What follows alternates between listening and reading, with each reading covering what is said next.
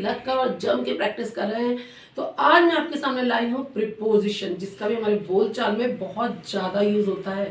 तो preposition start करने से पहले मैं आपसे ये पूछना चाहूँगी कि मैंने जिस तरह से आपको प्रैक्टिस करने का बोला था वैसे प्रैक्टिस आप कर रहे हैं या नहीं। मुझे लगता है आप लोग कर तो रहे होंगे। तो चलिए हम अपना प्रीपोजिशन शुरू करते हैं। प्रीपोजिशन एक्चुअली होते क्या है, ये नाउन या प्रोनाउन के बीच में के पहले यूज किए जाते हैं, जो कि हम अपने बोलचाल में इस तरह से यूज करते हैं। मैं आज आपको कुछ लिस्ट जो है प्रीपोजिशन की बताऊंगी, जो कुछ खास प्रीपोजिशन हैं जिन्हें हम बहुत ज़्यादा एंड रिपीटेडली यूज करते हैं। तो ठीक है, हम शुरू करते हैं अपने प्रीपोजिशन से। तो देखिए, सबसे पहला प्रीपोजिशन जो है वो है इन फ्रंट ऑफ। इसका मतलब होता है के सामने। दूसरा प्रीपोजिशन है इन फेवर ऑफ, के पक्ष में। थर्ड प्रीपोजिशन है अगेंस्ट। इसका मतलब होता है के विरुद्ध, यानी कि अगर हम किसी के खिलाफ हैं तो हम अगेंस्ट का यूज करते हैं। एंड फोर्थ प्रीपोजिशन है इन में। देखिए, जब किसी बड़े, ठीक है, हम प्रीपोजिशन इन की बात करते हैं। इन में इन का मतलब में होता है। में से आप क्या समझते हैं, जब किसी बड़े सिटी की बात करते हैं, शहर की बात करते हैं, जैसे मैंने कहा आई लिव इन दिल्ली, मैंने किसी बड़े शहर की बात की है तो वहां पे मैं इन का इस्तेमाल करूंगी। लेकिन अगर मैं कहूंगी कि मैं महाराष्ट्र में जलगांव में रहती हूँ तो आई विल से कि I live in Maharashtra at Jalgaon. बड़े शहर के एक छोटी से गांव या कस्बे का नाम लिया मैंने, तो मैंने वहां पे एट का इस्तेमाल किया।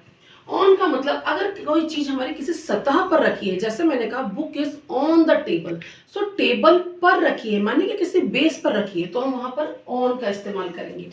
ठीक है, आपको कंफ्यूज होने की बिल्कुल जरूरत नहीं है। अगर आपको कोई चीज समझ में नहीं आती है तो आप मुझसे कमेंट बॉक्स में बिल्कुल पूछ सकते हैं, और मैं अपने डिस्क्रिप्शन पर इसके बारे में आपको बहुत अच्छे से समझाऊंगी।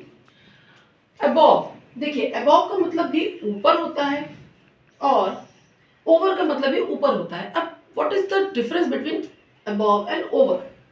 ओवर जब कोई चीज ऊपर होती है उसको हम ओवर बोलते हैं, अबव भी कोई चीज ऊपर होती है ऊपर बोलते हैं। लेकिन देखिए, मूवेबल एक है, नॉन मूवेबल।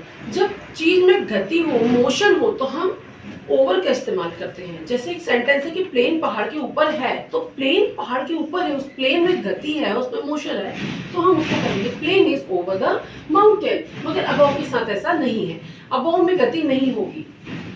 अंडर, अंडर जो है वो, अंडर का मतलब होता है नीचे। कोई चीज ऐसी हो, इन दोनों में भी वही डिफरेंस है जो हम ओवर एंड अबव में है। देखिए, अंडर ऐसी चीज है कि अगर आप टेबल के नीचे कोई चीज पड़ी हो जिसमें कोई जान नहीं है, मानो पेन है, तो हम उसको कहेंगे the pen is below the table. Okay, लेकिन अगर टेबल के नीचे मानो कोई बिल्ली हो तो हम कहेंगे the cat is under the table. Preposition with, इसका मतलब होता है साथ। अगर कोई हमारे साथ है तो हम उसको कहते हैं विद। जैसे तुम मेरे साथ हो, यू आर विथ मी, मैं तुम्हारे साथ हूँ, I am with you. From, from का बहुत सीधा साधारण सा मतलब है। तुम भोपाल से हो, यू आर फ्रॉम भोपाल, मैं मुंबई से हूँ, आई एम फ्रॉम मुंबई।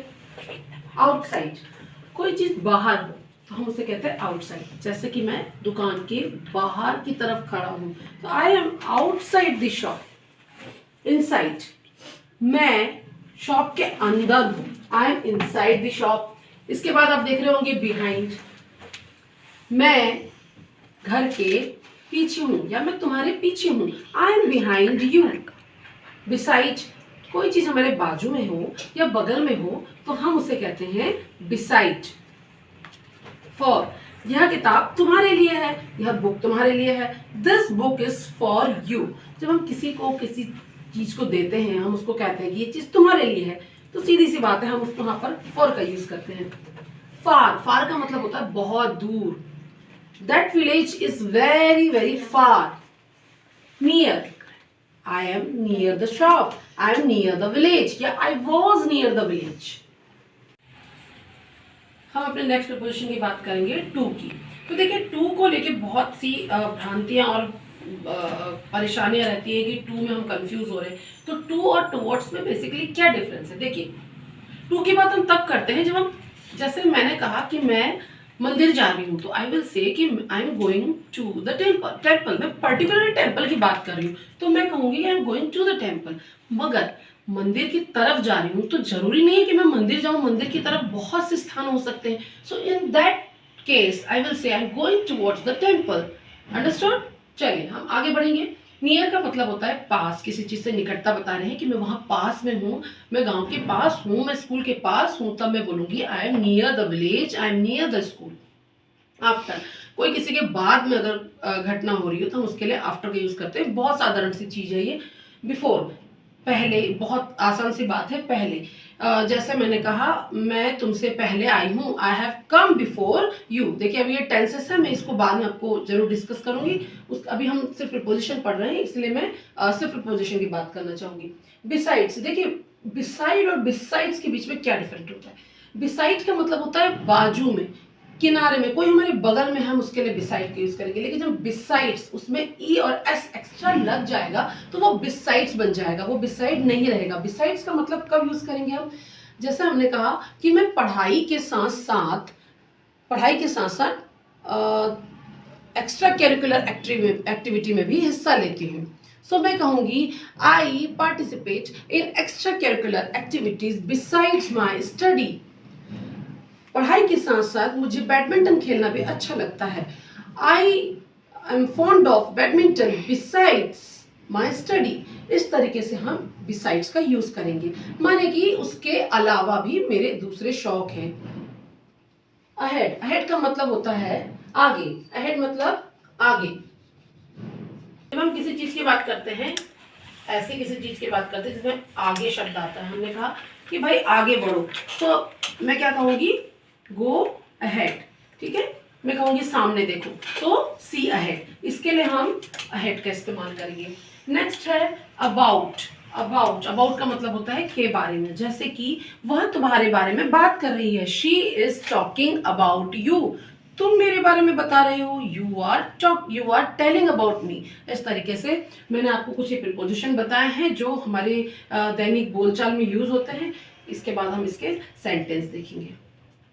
सो ये सब सेंटेंसेस लिखने के बाद आपको क्या करना है पता है ना, मैंने आपको लास्ट वीडियो में अपना डेमोन्स्ट्रेशन बताया था, बिल्कुल वैसे ही आपको हर बार बोल कर ही बार बार उसको अभ्यास करना है। ठीक है, तो हम स्टार्ट करते हैं अपना डेमोन्स्ट्रेशन जैसा मैंने उस दिन बताया था। चलिए पूछिए।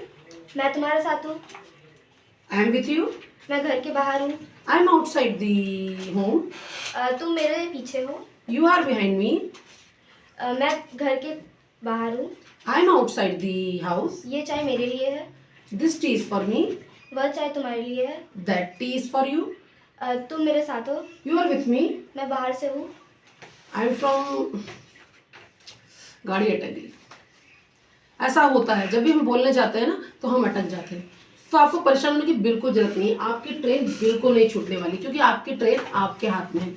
क्या करना है, इसमें आपको अपनी आवाज़ रिकॉर्ड करनी है हिंदी में आपको अपनी आवाज़ रिकॉर्ड करनी है और बस बोलते जाना है। मैं आपको एक डेमो बताती हूँ, देखिए। तुम मेरे सामने हो। You are in front of me. तुम मेरे पीछे हो। You are behind me. यह किताब तुम्हारे लिए है। This book is for you. तुम मेरे साथ हो। You are with me. मैं तुम्हारे पक्ष में हूँ। I am in favour of you. मेरे पक्ष में हो। You are in favour of me.